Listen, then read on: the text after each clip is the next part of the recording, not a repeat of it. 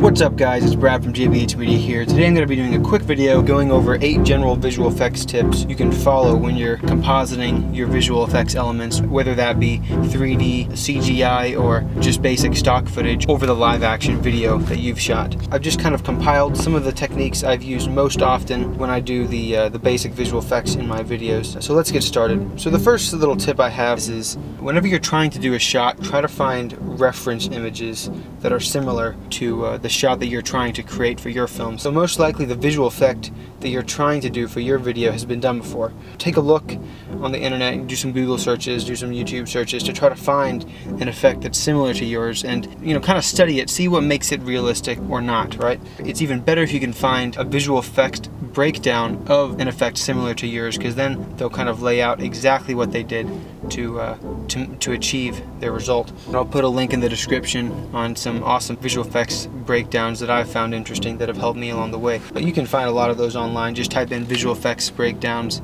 They really help you learn visual effects, at least the concepts behind visual effects fairly quickly. So one of the most basic things you can do to get a more realistic composite is simply color correcting the element that you are adding to match the live action shot. This means that you're trying to match the colors in the element that you're overlaying onto your live action shot to the live action shot. And there are countless color correction tools out there, but some of my favorite, the ones I use most, are levels, RGB curves, hue and saturation, and brightness and exposure. Just to do an overview of those color correction techniques. Levels allows you to increase the brightness or darkness of the lowlights, the midtones, and the highlights. If you go to hue saturation, hue, you can change the overall color of your image with hue. Then you go to saturation. Saturation is simply the amount of color in your image. So if you bring your saturation down to 0, then you're going to have a completely black and white image, versus you bring it all the way up past 100, you're going to get an image that's super colorful to the point where it's not even realistic anymore. Then we have brightness, exposure. They just kind of controlling the brightness of the image. I prefer to use levels a little bit more than brightness and exposure, just because levels you have control over the lowlights, midtones, and the highlights separately, whereas brightness and exposure, that's kind of you're controlling the levels of the entire image. You're controlling all the values at once, so a little less control there. Then you have, RGB curves, which RGB curves and levels are kind of similar, whereas they're just kind of different ways of doing the same thing, but you can control the brightness of the lowlights, midtones, and the highlights. But another thing you can do with RGB curves is you can actually change the amount of lowlights, midtones, and highlights in each of the 3 color channels, meaning red, green, and blue. You have a little bit more control using that setting. But yeah, color grading is huge when it comes to compositing visual effects and putting elements over your footage. So when you're color correcting your element, I try to look at the shot by eye, and I also try to judge using a waveform of the colors. Try to get the waveform of the live action shot to be close to the waveform of whatever you're adding to it in post. But yeah, you can tweak the color of the individual elements, and then you can also add a final color grade over both the element that you're trying to add through visual effects and the live action plate. So you can kind of blend them together with a final color grade that goes over the entire thing. But yeah, let's move on here. Another thing you can try to match when you're combining elements in your composite is the sharpness of your elements. It's pretty rare that the stock footage or 3D render that you're adding to your shot matches the sharpness of your live action footage exactly. So if the element you're adding has a little less detail or a little more detail compared to your live action shot, you want to try to match that as close as possible, because your viewer may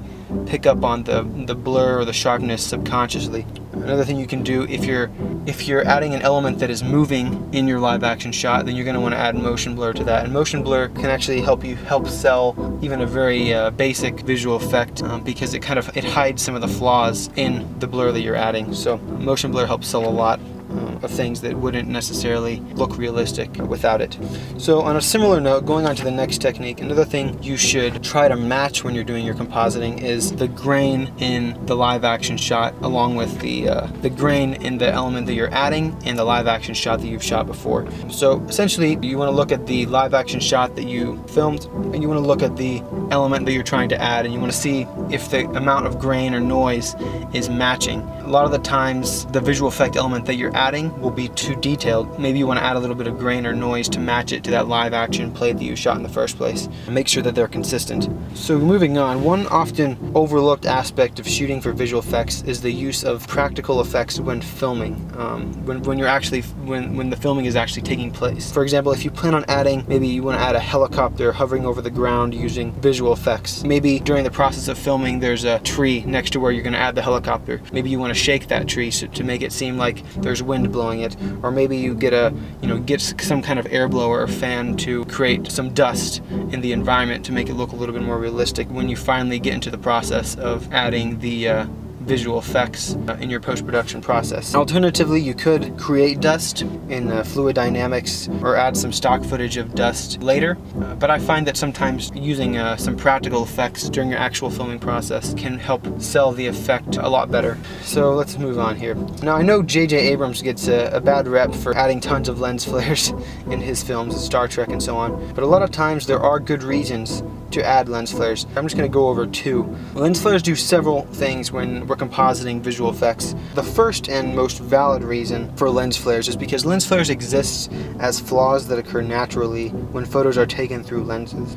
We've been accustomed to seeing lens flares as realistic. For example, like if you take a photo towards the sun with your camera, you're going to expect to see a lens flare there because that's how it's always been, right? So essentially, if we're adding some visual effects and the audience doesn't see that lens flare that they've been accustomed to seeing their entire life in photos, then they're going to think, okay, this is not as realistic. This is too perfect. The second reason for using lens flares in your visual effects compositing is so you can actually hide flaws in your compositing. Now, I realize this sounds like you're trying to get away with a less realistic visual effect by adding a lens flare to sell it, but time is money. You can try to get that effect to the next level and really make it realistic without the lens flare, or you can maybe add a lens flare to kind of hide the flaws that exist, and you can get your product out faster. But yeah.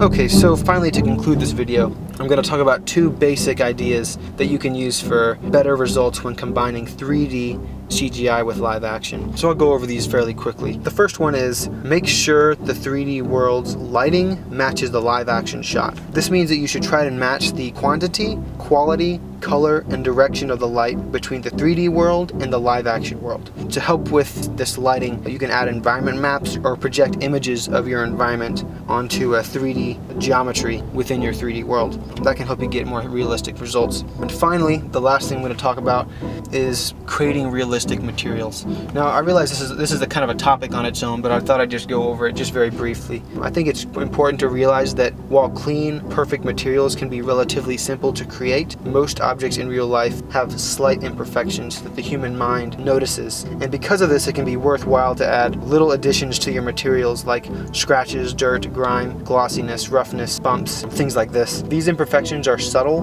but they can often make the difference between the viewer seeing the image as realistic or fake.